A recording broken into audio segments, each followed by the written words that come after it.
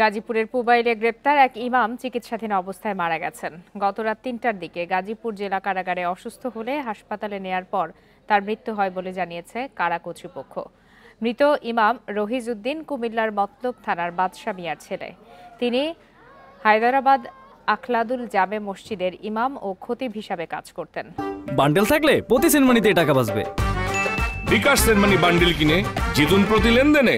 Police জানিয়েছে, হায়দরাবাদ এলাকায় এক কিশোরকে বলাৎকারের অভিযোগে রহিজউদ্দিনকে আটক করে গাছে বেঁধে গণপিটুনি দেয় এলাকাবাসী। পরে পুলিশ তাকে গ্রেপ্তার করে আদালতের মাধ্যমে কারাগারে পাঠায়। সেখানে অসুস্থ হলে তাকে হাসপাতালে নেওয়া হয়। পরে হাসপাতালে চিকিৎসাধীন অবস্থায় মারা যান তিনি।